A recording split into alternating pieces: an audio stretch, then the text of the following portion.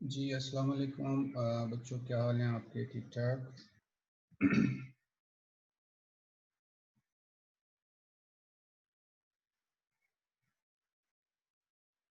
अल्हम्दुलिल्लाह sir.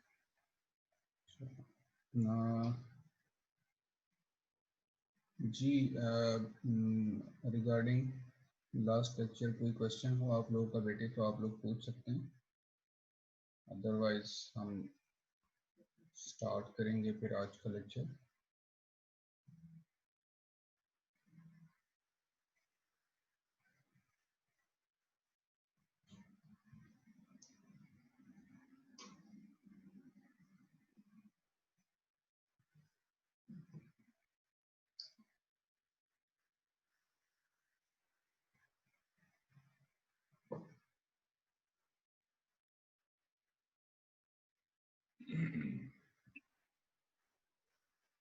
Okay, आज बेटे हम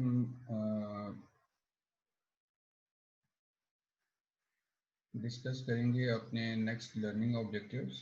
और अभी तक हम क्या कर चुके हैं इस लेसन में, मेम्ब्रेन पोटेंशियल्स के अंदर हम क्या कर चुके हैं अभी तक। हम basically concept of resting membrane potential हमने डिस्कस किया है कि किस तरह से इसका कॉन्सेप्ट क्या है और रेस्टिंग मेम्ब्रेन पोटेंशियल डेवलप कैसे होता है, ये हमने बेटे कल के लेक्चर में डिस्कस कर लिया। उसके बाद उसी लेक्चर में हमने डिफरेंसेस भी देख लिए कि डिफ्यूजन पोटेंशियल और इक्विलिब्रियम पोटेंशियल में डिफरेंस क्या होता है, और होपफुली आप सबको जो है ये समझ भी आ गया होगा। तो आज का जो हमारा लेक्चर है उसमें हम स्पेसिफिकली फोकस करेंगे एक्शन पोटेंशियल पे, कि एक्शन पोटेंशियल होता क्या है और वो जनरेट कैसे होता है एक्साइटेबल सेल्स के अंदर, और एक्शन पोटेंशियल और लोकल पोटेंशियल में फ़र्क क्या है। तो ये दोनों चीज़ें जो हैं ये हम डिस्कस करेंगे आज के लेक्चर में। सो लेट्स स्टार्ट और टुडे लेक्चर। जमीन स्टार्ट करें बेटे, सारे आगे हैं या भी वेट करना है? सर 35 स्टूडेंट्स होते हैं अभी? अभी हमारे पास 32 हैं और कितने होते हैं नॉर्मली? 35 होते हैं।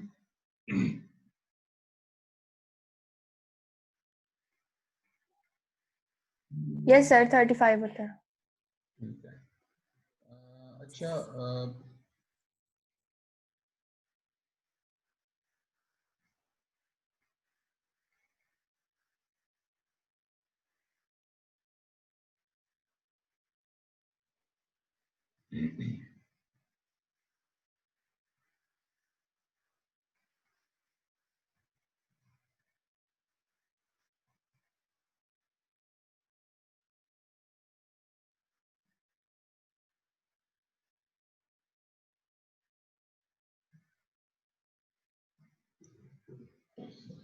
चले जी, तो बिस्मिल्लाहिर्रहमानिर्रहीम। Today we will discuss the action potential and and what is action potential और एक्शन पोटेंशियल होता क्या है और ये किन किन सेल्स के अंदर होता है। तो ये हमने कल डिस्कस कर लिया था कि जितने भी एक्साइटेबल सेल्स हैं उन सेल्स के अंदर जो है वो एक्शन पोटेंशियल होता है। ठीक है। और एक्साइटेबल सेल्स को फिर हमने कहा था कि बॉडी में जो एक्साइटेबल सेल्स हैं उनकी मेजरली दो ही टाइप्स हैं, नर्व सेल्स हैं और मसल सेल्स हैं। सो मसल सेल्स और nerve cells, these are the excitable cells in body. और ये नर्व सेल्स और muscle cells they are specialised या दे जनरेट जो है action potential, they can generate action potential. So then what is action potential? Action potential होता क्या है? Action potential बेटे बेसिकली एक्शन पोटेंशियल होता है बेटे any change in membrane potential, any change in the membrane potential या any electrochemical change in the membrane potential that brings the membrane into action from resting phase into action. That change in membrane potential is basically known as action potential. ठीक है, दोबारा repeat कर रहा हूँ मैं। Action potential is basically the electrochemical changes that occur across the membrane due to which the membrane gets into action. ठीक है, that change in membrane potential is basically known as action potential. ठीक है। now आज का हमारा lecture ये है, हम ये डिस्कस करना चाहेंगे कि एक्शन पोटेंशियल जो है वो कैसे जनरेट होता है, कैसे प्रोड्यूस होता है, उसके स्टिमुलस क्या हैं, वो कैसे जनरेट होता है। ठीक है। सो चलिए मैं एक सिंपल सा एग्जांपल देता हूँ। बेटा आप सबको मेरी वीडियो में मैं नजर आ रहा हूँ सबको? Yes sir. ठीक है, चलें थोड़ा सा ना इसको फॉलो यस करते सर। हैं। फॉर एग्जांपल मेरी फिंगर के साथ कोई भी चीज़ टच होती है, ठीक है, और वो चीज़ ऐसी हो, वो टच करना ऐसा हो किसी चीज़ का मेरी फिंगर के साथ कि वो मुझे फील हो। ठीक है, और जैसे ही मुझे फील होता है सो उसके रिस्पॉन्स में, फॉर एग्जांपल ये कोई गर्म चीज़ है, जैसे ही मैं इसके साथ हाथ लगाता हूँ, फिंगर लगाता हूँ, ठीक है, तो एकदम से जो है ना मैं अपना हाथ जो है वो पीछे कर लेता हूँ, विड्रॉ कर लेता हूँ। हुआ क्या, मुझे कैसे फील हुआ? जब मैंने इसको हाथ लगाया मुझे फील हुआ एकदम से कि ये गर्म है, ये चीज़ गर्म है, तो मैं एकदम से अपना हाथ हटा रहा हूँ। तो हुआ क्या कि जैसे इस चीज़ को मैंने टच किया, इस गर्म चीज़ को मैंने टच किया, तो यहाँ पे जो सेंसरी रिसेप्टर्स हैं उन्होंने मैसेज को सेंस किया और सेंसरी नर्व जो है वो मैसेज लेके गई ब्रेन में स्पाइनल कॉर्ड की तरफ, और वहां से रिस्पॉन्स आया, मोटर रिस्पॉन्स, जिसके रिस्पॉन्स में एकदम से जो है ना मैंने उंगली हटा दी। ठीक है। सो बेसिकली जब मैं यहाँ पे फिंगर टच कर रहा था तो यहाँ से सेंसरी नर्व ने जो मैसेज, सेंसरी रिसेप्टर ने जो मैसेज रिसीव किया और उसने इस मैसेज को ट्रांसफर किया सेंसरी नर्व में, और सेंसरी नर्व के अंदर जो है सबसे पहले उसके इनिशियल पोर्शन के अंदर एक्शन पोटेंशियल जनरेट हुआ, और वो एक्शन पोटेंशियल जो है वो फिर ट्रांसमिट हुआ, ट्रांसफर हुआ, और वो सारा का सारा जो है वो थ्रू दिस सेंसरी नर्व जो है वो स्पाइनल कॉर्ड तक पहुंचा। सो आज का जो हमारा लेक्चर है वो हम ये डिस्कस करना चाहेंगे कि ये जो यहाँ पे जो फिंगर मेरी टच होती है जब मैं कोई चीज़ जो है, मेरी फिंगर पहली दफ़ा यहाँ पे टच हुई गर्म चीज़ के साथ, तो ये जो यहाँ पे सेंसरी नर्व एंडिंग पे, सेंसरी नर्व एंडिंग पे जो इनिशियली सेंसरी नर्व एंडिंग है, वहाँ पे एक्शन पोटेंशियल जनरेट कैसे हुआ, और फिर वो action potential after generation, how it propagates, how it travels across this the membrane of the sensory neuron, इस चीज़ को आज हम डिस्कस करेंगे। ठीक है, चलें जी, इसी एग्जांपल को हम लेते हैं। फॉर एग्जांपल मैं यहाँ पे ये जो है मैं कोशिश कर रहा हूँ, साथ साथ मैं एक डायग्राम ड्रॉ कर रहा हूँ। दिस इज और जो है स्पाइनल कॉर्ड, ठीक है, ये जनाब आपका स्पाइनल कॉर्ड है, सही। और यहाँ पे जो है this is your sensory neuron, और ये इसकी सेल बॉडी है। सेंसरी न्यूरॉन की सेल बॉडी जो है वो बेसिकली नर्वस सिस्टम के अंदर होती है, ठीक है, और ये इसकी सेल बॉडी है, ठीक है। ये जो है इसका एक पार्ट है जिसको हम कहते हैं सेंसरी रूट या सेंट्रल पार्ट, ठीक है, इसका एक्सोनल एंड जो है उसका सेंट्रल पार्ट है। और एक जो है दूसरा होता है बेटे, वो होता है पेरिफेरल पार्ट इस नर्व का, न्यूरॉन का, और वो ट्रेवल करता है, जाके पहुंचता है towards the end of the sensory receptor. तो मैं इसको थोड़ा सा ना इनलार्ज करके ऐसे ड्रॉ कर रहा हूँ ताकि आपको समझ जाए, ठीक है। So this is the neuron, ठीक है, और ये जो है सेल बॉडी है, ये बेसिकली सेंट्रल प्रोसेस है, this is the central process, और ये जो है पेरिफेरल प्रोसेस है। सब आप सपोज करें कि ये मेरी स्किन है, ये मेरा फिंगर टिप है, यहाँ पे, यहाँ से मैंने जो है इसको टच करना है, ठीक है। सपोज करें ये सेंसरी न्यूरॉन का पेरिफेरल एंड है, जो कि बिल्कुल मेरे स्किन के साथ, मेरे यहाँ पे फिंगर टिप के साथ है, ठीक है, अटैच्ड। अब होगा क्या, क्योंकि मैंने इसको बड़ा इसलिए बनाया ताकि मैं आपको समझा सकूं कि एक्शन पोटेंशियल जनरेट कैसे होगा, क्या इसके अंदर प्रोसेस होंगी।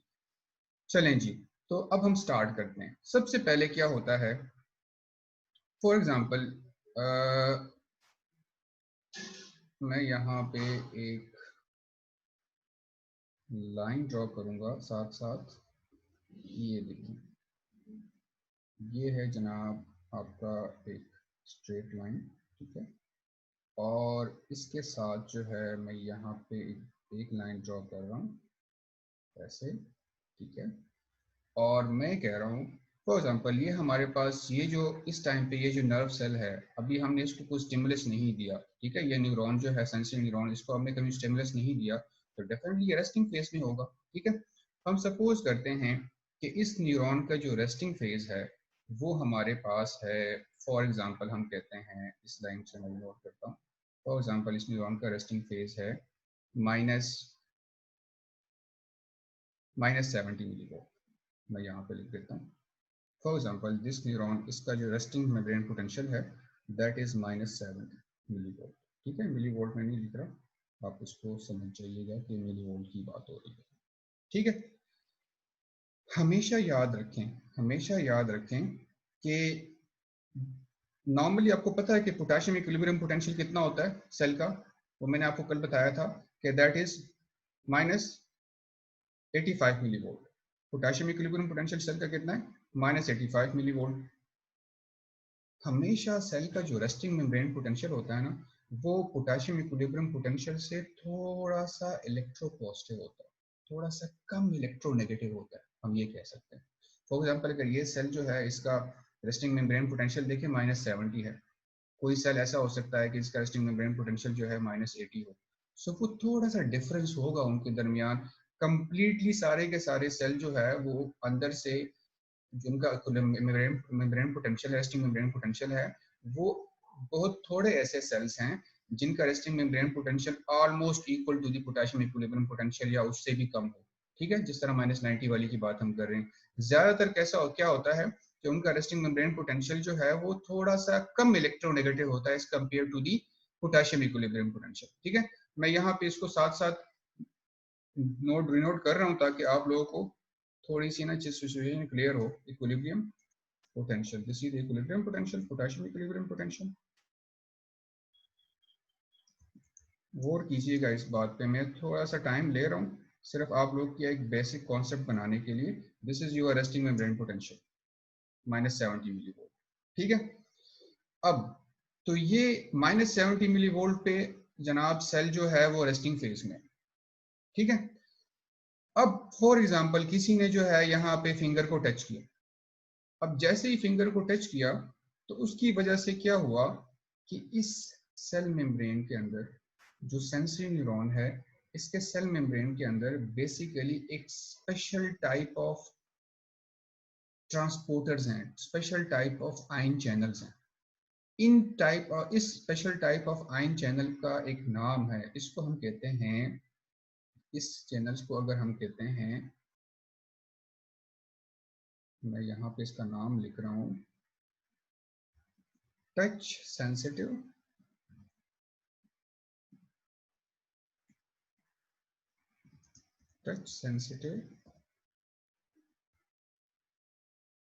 depolarization channels, depolarization channels।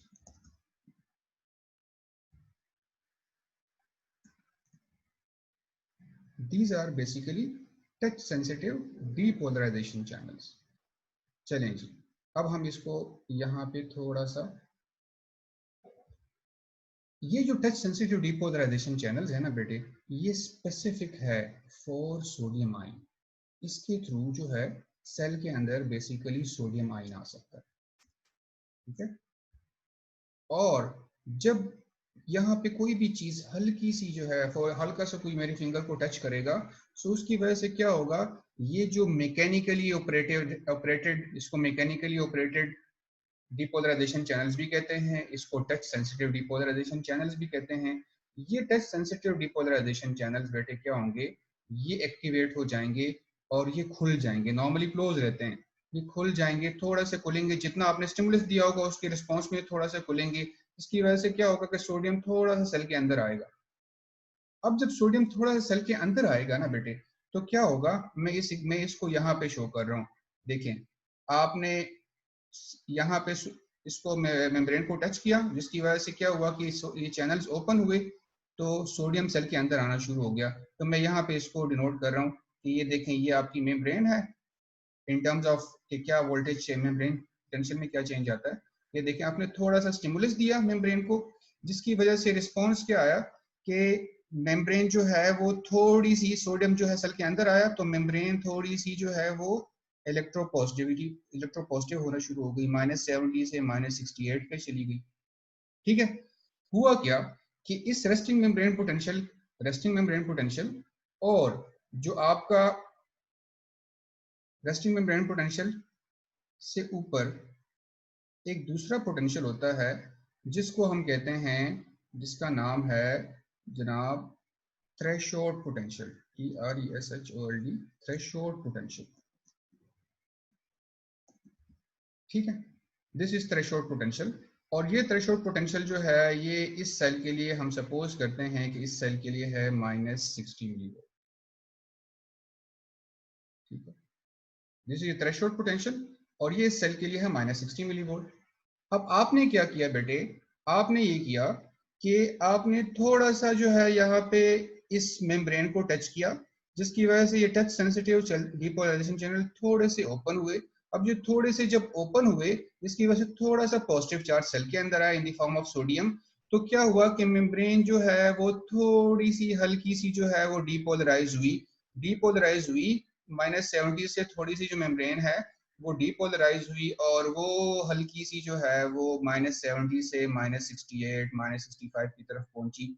लेकिन मसला क्या था कि जो स्टिमुलस था वो उसकी इंटेंसिटी इतनी कम थी, जिसकी वजह से ये चैनल्स बहुत थोड़े से स्टिमुलेट हुए, जिसकी वजह से बहुत थोड़ा सा सोडियम सेल के अंदर आया और सेल अंदर से थोड़ा सा इलेक्ट्रोपॉजिटिव हुआ, लेकिन इतना नहीं हुआ कि वो थ्रेशोल्ड पोटेंशियल तक पहुंच सके। तो क्या हुआ कि जब थोड़ा सा डीपोलराइज हुआ तो फर्दर, चूंकि डीपोलराइजेशन जो है, टच जो उसकी सेंसिटिविटी जो थी वो कम थी, तो चैनल एकदम से क्लोज हो गए, जिसकी वजह से सोडियम की इन्फ्लक्स बंद हो गई। अब जब सोडियम की इन्फ्लक्स बंद हो गई तो आपको पता है कि सेल के अंदर जो है वो आपके सेल के अंदर जनाब पोटेशियम लीकी चैनल्स होते हैं जो रेस्टिंग मेम्ब्रेन पोटेंशियल को मेंटेन करते हैं। ये पोटेशियम लीकी चैनल्स क्या कर रहे हैं कि पोटेशियम जो है इन लीकी चैनल्स के थ्रू सेल से लीक आउट कर रहा है। जब सेल से पोटेशियम लीक आउट करता है तो जो थोड़ी सी मेम्ब्रेन डीपोलराइज हुई थी वो पोटेशियम लीकिंग की वजह से वापस रीपोलराइज हुई। तो थोड़ा सा जो डीपोलराइजेशन था, तो थोड़ा सा जो चेंज इन पोटेंशियल था वो डाई आउट हो गया। ठीक है जी। अब अगली दफा क्या हुआ, अगली दफा हमने दोबारा जो है थोड़ी सी कोई चीज आपके फिंगर के साथ टच हुई, जिसकी वजह से क्या हुआ कि जो टच सेंसिटिव डिपोलराइजेशन चैनल है ये थोड़े से ज्यादा स्टिमुलेट हुए, जिसकी वजह से क्या हुआ, ये देखिए मैं इसको यहाँ पे शो कर रहा हूँ, थोड़े से ज्यादा स्टिमुलेट हुए, जिसकी वजह से क्या हुआ कि मेम्ब्रेन जो है वो थोड़ी सी जो है वो comparative to the first stimulus थोड़ी सी ज्यादा जो है वो डिपोलराइज हुई।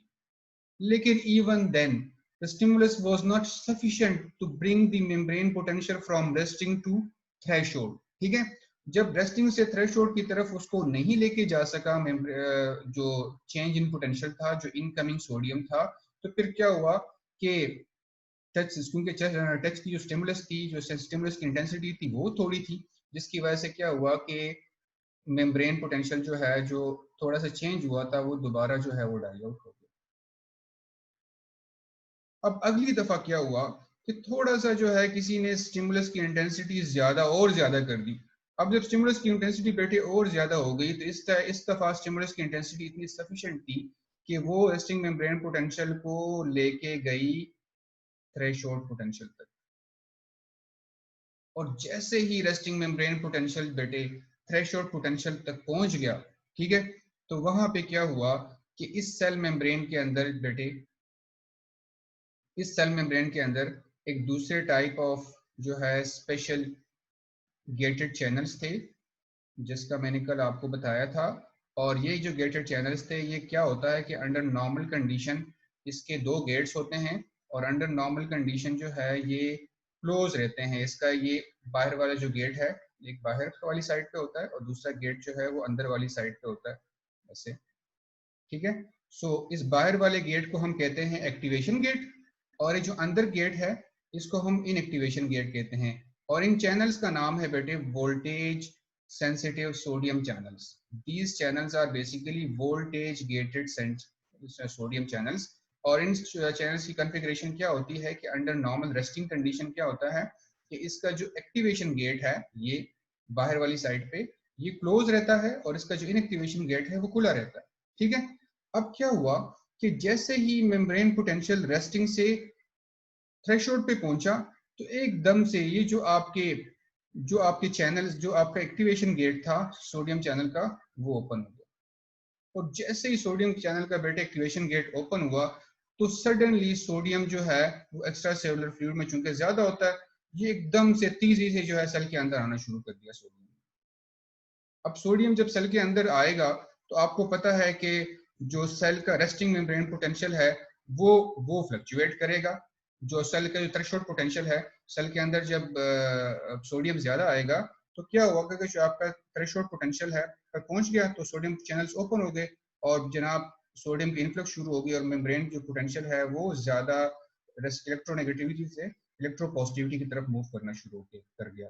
और ये जनाब -60 से -50 से जो है वो -40 और इस तरह से -20 और -10 और फाइनली जो है 0। और समहाउ हम सपोज करते हैं, यहाँ पे मैं लिख देता हूँ कि ये जो है, ये जो पॉइंट है यहाँ पे, this point is the zero potential, कि यहाँ पे जो मेम्ब्रेन पोटेंशियल था वो जीरो हो गया। ठीक है, और फाइनली जो है जो सोडियम की इन्फ्लक्स हो रही है, कंटिन्यूसली हो रही है, तो उसकी वजह से मेम्ब्रेन पोटेंशियल जो है वो थोड़ा सा आगे चला गया जीरो से। और सपोज करते हैं कि यहाँ पे ये पोटेंशियल, मेम्ब्रेन पोटेंशियल जो है वो आपके पास आ गया +10 मिलीवोल्ट। ठीक है, और जैसे ही मेम्ब्रेन पोटेंशियल बेटे +10 मिलीवोल्ट पे आ जाता है तो एकदम से, अब सोडियम का इक्विलिब्रियम पोटेंशियल तो ज्यादा है ना, वो तो +65 मिलीवोल्ट है। सोडियम इतनी कोशिश करेगा, पूरी कोशिश करेगा कि वो इस मेम्ब्रेन पोटेंशियल को +65 मिलीवोल्ट तक लेके जाए, अपने इक्विलिब्रियम पोटेंशियल तक लेके जाए, लेकिन ये इसकी ख्वाहिश ही रह जाती है। बिकॉज जैसे ही मेम्ब्रेन पोटेंशियल +10 पे, मैं अगर इस सेल की बात करूं तो इस सेल में जैसे ही मेम्ब्रेन पोटेंशियल अगर +10 पे पहुंच जाता है तो एकदम से जो इनएक्टिवेशन गेट है ना ये क्लोज हो जाता है। एक्टिवेशन गेट ओपन है लेकिन इनएक्टिवेशन गेट क्लोज हो जाता है। अब जब इनएक्टिवेशन गेट क्लोज हो जाएगा तो उसकी वजह से एक्टिवेशन गेट ओपन है लेकिन सोडियम की इनफ्लक्स जो है वो सेल के अंदर फर्दर स्टॉप हो जाएगी। और जैसे ही बेटे में तो इसको इस दौरान क्या हुआ, इस थ्रेशोल्ड पोटेंशियल से जैसे ही वोल्टेज गेटेड सोडियम चैनल्स जो हैं वो ओपन हुए और थ्रेशोल्ड पोटेंशियल से जो है और सोडियम की इनफ्लक्स शुरू हुई, तो वो इस मेम्ब्रेन पोटेंशियल को लेके गया, थ्रेशोल्ड पोटेंशियल से उसको अवे लेके गया और इसको +10 तक लेके गया। और मेम्ब्रेन जो नॉर्मली पोलराइज स्टेट में था उस मेम्ब्रेन को इसकी वजह से वो मेम्ब्रेन जो है वो डीपोलराइज हुई। इसको हम कह रहे हैं डीपोलराइजेशन। और डीपोलराइजेशन बेटे किस वजह से हो रही है? Due to the sodium influx. Sodium influx की वजह से डीपोलराइजेशन हो रही है। डीपोलराइजेशन मेम्ब्रेन डीपोलराइज हो गई और जनाब जब जैसे ही मेम्ब्रेन पोटेंशियल +10 पे पहुंचा तो आपका जो इनएक्टिवेशन गेट है सोडियम का वो क्लोज हो गया। जैसे इनएक्टिवेशन गेट क्लोज हो गया फर्दर सोडियम की एंट्री जो है वो बंद हो गई। सो एक इसके साथ ही जो है इस सेल मेम्ब्रेन के अंदर एक दूसरे type of voltage gated sensitive channels हैं जिसको हम कहते हैं वोल्टेज गेटेड पोटेशियम चैनल्स। और इस पोटेशियम चैनल की कॉन्फ़िगरेशन ऐसे होती है कि इसका जो एक्टिवेशन गेट है वो अंदर वाली साइड पे होता है। इसका एक्टिवेशन गेट जो है वो अंदर वाली साइड पे होता है और जिस टाइम डीपोलराइजेशन हो रही होती है उस टाइम पे एक्टिवेशन गेट जो है ये क्लोज रहता है और इसका जो इनएक्टिवेशन गेट है ये बाहर वाली साइड पे होता है। ठीक है, तो इसको थोड़ा सा अपोजिट करें। आप ये चीज जहन में रखिएगा कि जोन से आयन की कंसंट्रेशन जिस तरफ ज्यादा होगी ना तो उसका एक्टिवेशन गेट भी उसी तरफ होगा। ठीक है, अब सोडियम की जो कंसंट्रेशन है वो एक्स्ट्रा सेलुलर फ्लूइड में ज्यादा है इस वजह से उसका एक्टिवेशन गेट बाहर वाली साइड पे है। पोटेशियम की जो कंसंट्रेशन है वो इंट्रासेलुलर फ्लूइड में ज्यादा है इस वजह से उसका जो एक्टिवेशन गेट है वो इनर साइड पे होता है। ठीक है, इस पॉइंट को अपने जहन में रखना है। अब क्या होता है बेटे कि जैसे ही मेम्ब्रेन पोटेंशियल +10 मिली वोल्ट पे पहुंचता है तो मैंने आपको बताया कि वोल्टेज गेटेड सोडियम चैनल्स जो हैं वो क्लोज हो जाते हैं और एकदम से उस टाइम पे जो वोल्टेज गेटेड पोटेशियम चैनल है ना, वोल्टेज सेंसिटिव पोटेशियम चैनल्स, उसका जो एक्टिवेशन गेट है वो खुल जाता है। ठीक है, और जैसे एक्टिवेशन गेट बेटे खुलता है तो क्या होता है कि सडनली सेल से जो है वो पोटेशियम सेल से बाहर जाना शुरू कर जाता है। तो मेम्ब्रेन पोटेंशियल इस पोटेशियम के आउटवर्ड मूवमेंट की वजह से मेम्ब्रेन पोटेंशियल जो है जो डीपोलराइज हुआ था मेम्ब्रेन वो वापस जो है वो इलेक्ट्रोनेगेटिविटी की तरफ आना शुरू कर जाएगा। यानी हम कह सकते हैं कि मेम्ब्रेन पोटेंशियल जो है वापस रेस्टिंग मेम्ब्रेन पोटेंशियल की तरफ आने की कोशिश करेगा और इस प्रोसेस को हम क्या कहते हैं? repolarization. This is repolarization, and this repolarization is due to the outflux of potassium ion. This repolarization is due to the outflux of potassium ions. This is due to the outflux of potassium ions. Sir एक बार repolarisation फिर से बता दें। जी बता रहा हूँ बेटे, मैं इसको बार बार रिपीट करूंगा। अच्छा, मैं ये कह रहा था कि जैसे ही बेटे आपका मेम्ब्रेन पोटेंशियल जो है वो +10 मिली वोल्ट पे पहुंच जाता है सो उस टाइम पे बेटे जो वोल्टेज गेटेड सोडियम चैनल्स हैं वो क्लोज हो जाते हैं और वोल्टेज गेटेड पोटेशियम चैनल्स जो हैं वो ओपन हो जाते हैं। और जैसे ही voltage gated potassium channels open होते हैं तो सडनली जो है वो आउटफ्लक्स शुरू हो जाती है पोटेशियम की सेल से बाहर। सोडियम की इनफ्लक्स बंद हो गई, पोटेशियम की इनफ्लक्स जो है आउटफ्लक्स शुरू हो गई। अब पॉजिटिव चार्ज जब सेल के से बाहर जा रहा है तो मेम्ब्रेन जो है या सेल वापस इलेक्ट्रोनेगेटिविटी की तरफ जा रहा है। तो इस प्रोसेस को जिसमें मेम्ब्रेन जो डीपोलराइज हुआ था वो वापस रीपोलराइज हो रहा है and this repolarization is due to the outflux of potassium ion. याद रखिएगा ड्यूरिंग डीपोलराइजेशन दो काम हो रहे होते हैं इस मेम्ब्रेन, ये एक तो voltage gated sodium channels close हो जाते हैं, इसका मतलब ये है कि मेम्ब्रेन की जो परमिएबिलिटी है ना वो सोडियम के लिए खत्म हो जाती है। Membrane become impermeable during the repolarisation phase. Membrane become impermeable for sodium ions and इसकी जो परमिएबिलिटी है ना पोटेशियम के लिए ये मेनी टाइम्स इंक्रीज हो जाती है। मुझे एग्जैक्ट नंबर थोड़ा सा यहाँ पे भूला हुआ है, I think this is 10 folds, ये बुक में लिखा हुआ है, आप एक दफा पढ़ भी लीजिएगा। मेरा ख्याल है वो 10 टाइम्स था या 4 टाइम्स था। मुझे थोड़ी सी इस फिगर के अंदर वर्ड के अंदर कंफ्यूजन है फिगर में, तो आप थोड़ा सा कंफर्म कर लीजिएगा। लेकिन उतने टाइम इस मेम्ब्रेन की परमिएबिलिटी पोटाशियम के लिए बढ़ जाती है 4 टाइम्स या 10 टाइम्स, जिसकी वजह से बहुत रैपिडली जो है पोटाशियम सेल से बाहर मूव करता है। अब मैंने आपको कहा कि जिस तरह से सोडियम की इन्फ्लक्स हो रही थी, तो सोडियम क्या कोशिश कर रहा था कि वो अपने इक्विलिब्रियम पोटेंशियल की तरफ से सेल को लेके जाए +65 मिलीवोल्ट तक, लेकिन वो पॉसिबल नहीं हुआ, उसके लिए पॉसिबल नहीं हुआ। सो क्या हुआ कि +10 मिलीवोल्ट पे ही वो चैनल जो है वो क्लोज हो गए, ठीक है। लेकिन उसकी वजह ये होती है कि जो सोडियम चैनल है ना बेटे, ये फास्ट चैनल्स हैं, ये खुलते भी जल्दी हैं और बंद भी जल्दी होते हैं, और इनका जो खुलना है वो जल्दी होता है लेकिन शॉर्ट टाइम के लिए होता है, ठीक है। इसके कंपेयर इसको इसके अपोजिट अगर पोटेशियम चैनल्स की हम बात करें, तो ये खुलते थोड़े से स्लो हैं और ये ज्यादा देर के लिए खुलते हैं, तो बंद होने में भी इनको टाइम लगता है, जिसकी वजह से क्या होता है कि समहाउ पोटाशियम जो है कि आउटफ्लक्स ये मैनेज कर पाती है कि मेम्ब्रेन को वापस रेस्टिंग मेम्ब्रेन पोटेंशियल तक लेके आए, और इवन इसको ज्यादा जो है इवन इसको अपनी इक्विलिब्रियम पोटेंशियल तक भी कभी कभी ले आता है, और इसको हम कहते हैं फिर हाइपर पोलराइजेशन, की मेम्ब्रेन जो है वो हाइपर पोलराइज हुई, ठीक है। और फिर ये जो पोटेशियम लीकी चैनल्स की वजह से पोटेशियम आउटफ्लक्स होती है, तो फिर जो मेम्ब्रेन पोटेंशियल है वो वापस रेस्टिंग मेम्ब्रेन पोटेंशियल पे आता है और दोबारा जो है फिर नया एक्शन पोटेंशियल स्टार्ट होता है। So this is how action potential is generated. So हम सिंपली, मैं इसको समराइज कर रहा हूँ यहाँ पे। सबसे पहले बेटे क्या हुआ कि मेम्ब्रेन जो है वो उसको यहाँ पे सेल जो न्यूरोनल मेम्ब्रेन है, सेंसिटिव नर्व है, उसको स्टिमुलस मिला, जिसकी वजह से depolarisation sensitive sodium channels open हुए। चूंकि इनिशियली स्टिमुलस इंटेंसिटी कम थी, तो उसने मेम्ब्रेन को थोड़ा सा डीपोलराइज किया, ठीक है। बट वो डीपोलराइजेशन की जो स्ट्रेंथ थी वो इतनी नहीं थी कि वो मेम्ब्रेन पोटेंशियल को थ्रेशोल्ड तक लेके जाए, बिकॉज थ्रेशोल्ड तक जब तक मेम्ब्रेन पोटेंशियल नहीं जाएगा तब तक एक्शन पोटेंशियल स्टार्ट नहीं हो सकता। सो फिर क्या हुआ, क्योंकि इनिशियली इंटेंसिटी कम थी, तो वो थोड़ा सा डीपोलराइज हुआ और फिर वो वापस डाई आउट कर गया due to the leakage of potassium ions, ठीक है। याद रखिएगा बेटे यहाँ पे एक और पॉइंट कि between -70 and -60, मतलब रेस्टिंग मेम्ब्रेन पोटेंशियल और थ्रेशोल्ड पोटेंशियल के दरमियान ये जो चेंज हो रहा है ना, ये जो फर्स्ट थोड़ी सी इंटेंसिटी मिली, स्टिमुलस मिला और थोड़ा सा मेम्ब्रेन डीपोलराइज हुई, फिर थोड़ी सी इंटेंसिटी ज्यादा हुई और फिर मेम्ब्रेन डीपोलराइज हुई और फिर डाई आउट कर गई, थ्रेशोल्ड पोटेंशियल तक नहीं पहुंच पाई। इस पॉइंट को बेटे कहते हैं हम, याद रखिएगा, इस पॉइंट को हम कहते हैं local potential. This is local potential, ठीक है। Local potential actually exist between the resting membrane potential and threshold potential, कि वो पोटेंशियल, वो चेंज इन पोटेंशियल जो कि थ्रेशोल्ड पोटेंशियल तक ना पहुंच पाए, जो कि इतना कम चेंज लेके आए मेम्ब्रेन की पोटेंशियल में, ताकि मेम्ब्रेन जो है वो थ्रेशोल्ड पोटेंशियल तक ना पहुंच पाए, उस चेंज इन पोटेंशियल को बेसिकली हम लोकल पोटेंशियल कहते हैं।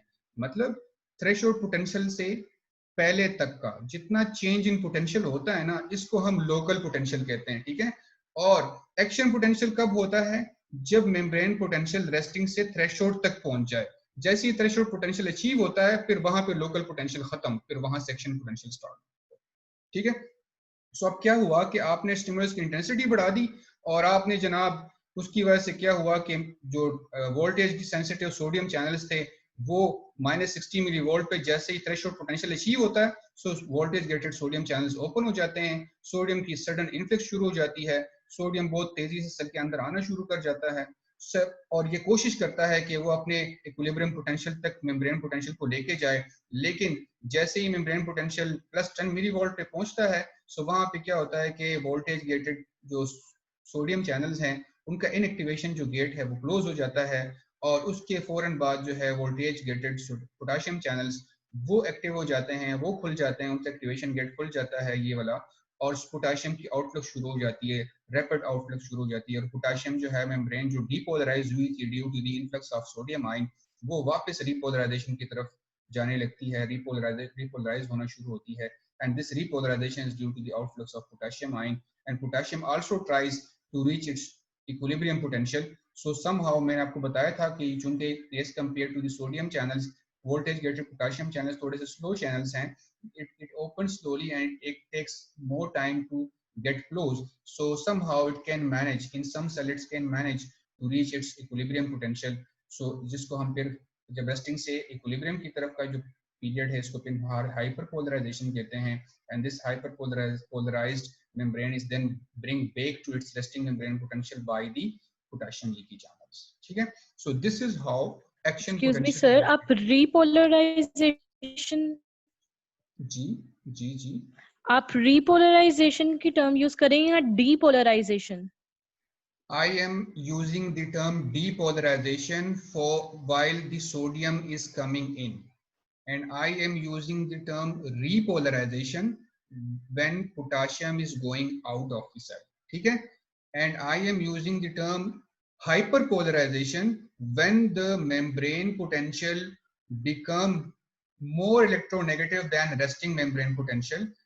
Like if the membrane potential is between resting membrane potential and equilibrium potential, so due to the outflux of potassium ions, so इस फेज को मैं कहूंगा हाइपरपोलराइजेशन। सो सिंपल, यहां से लेके यहां तक रेस्टिंग तक, this is this is repolarisation. ठीक है, और ये जो थ्रेशोल्ड से लेके यहां तक +10 मिलीवोल्ट तक जो कि सोडियम इन्फ्लक्स की वजह से हो रहा है, इसको मैं डीपोलराइजेशन कहूंगा। ये रीपोलराइजेशन है, और ये जो पॉइंट है जो रेस्टिंग मेम्ब्रेन पोटेंशियल और इक्विलिब्रियम पोटेंशियल के दरमियान है, this is known as hyperpolarisation. Clear? Clear है एक्सक्यूज सबको? मी जी जी बेटे। सर, ये गेट्स की इनएक्टिवेशन और एक्टिवेशन साइट्स दोबारा बता दें। जी, मैंने आपको सिंपल उर्वा ये बताया कि आपको याद करने में आसानी हो। ये जो गेटेड चैनल्स हैं ना, इनके दो गेट्स होते हैं। तो आपको ये चीज जहन में पक्का बिठा लें कि ये जो गेटेड चैनल्स हैं, वोल्टेज गेटेड चैनल्स जो हैं, इनके दो गेट्स होते हैं। एक को हम एक्टिवेशन गेट कहते हैं, एक को हम इनएक्टिवेशन गेट कहते हैं। एक्टिवेशन गेट तब यूज होता है जब चैनल को एक्टिव करना हो, इनएक्टिवेशन गेट तब यूज होता है जब चैनल को क्लोज करना हो, ठीक है, इनएक्टिव करना हो। तो नॉर्मली जिस आयन की कंसंट्रेशन जिस तरफ ज्यादा होती है ना, उसका एक्टिवेशन गेट उस तरफ होता है। मतलब अगर मैं सोडियम की बात करूं, तो सोडियम की कंसंट्रेशन एक्स्ट्रा सेलुलर फ्लूइड में ज्यादा होती है, इस वजह से उसका जो एक्टिवेशन गेट है वो towards the extra cellular side होगा, उसका एक्टिवेशन गेट आउटर साइड पे होगा, और उसका इनएक्टिवेशन गेट इनर साइड पे होगा। ठीक है, पोटेशियम की अगर हम बात करें, पोटेशियम कंसंट्रेशन जो है वो सेल के अंदर ज्यादा होती है। अब जिस सेल के अंदर उसकी कंसंट्रेशन ज्यादा है, तो इस वजह से पोटेशियम वोल्टेज गेटेड जो पोटेशियम चैनल है, उसका एक्टिवेशन गेट अंदर वाली साइड पे होगा, उसका एक्टिवेशन गेट बाहर वाली साइड पे होगा। ठीक है जी बेटे, इसको जो समझ लग गई आप सबको? यस सर, यहाँ तक थैंक यू। क्लियर है? चलें जी, अब हम इसको मैं इस लेक्चर को जो है यहाँ पे खत्म कर रहा हूँ, क्योंकि इसमें भी टाइम थोड़ा है। मैं अगर इसको लेके जाता हूँ, बल्कि चलें चलने दें जहां तक चलता है, चलें इसको यहाँ पे। अब यहाँ तक बेटे हमने ये डिस्कस कर लिया कि कोई चीज मेरे फिंगर के साथ टच हुई, और उस टचिंग के रिस्पॉन्स में जो वहां पे मेम्ब्रेन की सेंसरी नर्व की, उसके अंदर एक्शन पोटेंशियल कैसे जनरेट हुआ। ठीक है, अब ये एक्शन पोटेंशियल कैसे प्रोपिगेट करता है, कैसे ट्रेवल करता है, ये अभी हमने पढ़ना है कि ये जो एक्शन पोटेंशियल है, अब देखो जो जो एक्शन पोटेंशियल प्रोड्यूस हुआ, इस एक्शन पोटेंशियल की वजह से तो क्या हुआ कि ये जो पेज है मेम्ब्रेन का, ये वाला पेज, सॉरी इसको मैं जरा, ये जो पेज है मेम्ब्रेन का, ये बेसिकली एक्टिवेट हुआ ना। तो अगर हम कहें कि आगे जो है, जो आगे के जो पेजेस हैं, अगर इस तरह से आगे के जो पेजेस हैं वो फिर किस तरह से एक्टिवेट होंगे, ऐसे ये पेज है, फिर आगे से ये पेज है, फिर आगे से ये पेज है, ठीक है, और अल्टीमेटली फिर यहाँ पे पहुंचेगा। तो ये तो अभी तो सिर्फ पेज 1 जो है वो स्टिमुलेट हुआ है, यहाँ पे एक्शन पोटेंशियल प्रोड्यूस हुआ है। तो ये एक्शन पोटेंशियल जो है ये कैसे प्रोपिगेट करेगा, आगे कैसे मूव करेगा, 1 से 2 में कैसे जाएगा, 2 से 3 में कैसे जाएगा, 3 से 4 में कैसे जाएगा। सो ये अब हमने डिस्कस करना है कि एक्शन पोटेंशियल प्रोड्यूस तो हो गया, अब ऐसे तो नहीं है कि एक्शन पोटेंशियल आगे ट्रेवल कैसे करेगा। आप लोग मुझे देख सकते हो यहाँ पे, देखें, अगर फॉर एग्जांपल ऐसे तो होता नहीं है ना कि मैं पहले अगर कोई चीज गर्म चीज के साथ मेरी उंगली टच हो, ये फिंगर टिप टच हो, तो पहले यहाँ से एक्शन पोटेंशियल यहाँ तक मूव करे, उसके बाद वो गर्म चीज फिर यहाँ पे टच करे, फिर एक्शन पोटेंशियल थोड़ा सा ये पे स्टिमुलेट कर जाएगा, फिर यहाँ पे टच करे। तो इसका मतलब ये है कि सेंट्रल नर्वस सिस्टम तक मैसेज पहुंचाने के लिए मुझे बार बार डिफरेंट पॉइंट्स पे उस गर्म चीज को टच करना पड़ेगा, और फाइनली मैसेज ब्रेन में पहुंचेगा। इस तरह तो होता नहीं है। आपको पता है कि आप सिर्फ फिंगर टिप टच करते हो और आप एकदम से उसको ड्रॉ कर लेते हो कि इतनी थोड़े टाइम में एक्शन पोटेंशियल जनरेट हुआ, वो प्रोपेगेट हुआ, ट्रांसफर हुआ एक पेज से दूसरे पेज में, अल्टीमेटली ब्रेन में पहुंचा और आपको मोटर रिस्पॉन्स आया, वो भी in the form of action potential, और आप एकदम से जो है हैंड पे ड्रॉ कर लेते हो, ठीक है। So now our next target is कि ये action potential after generation, how it propagates, how it transmits from one page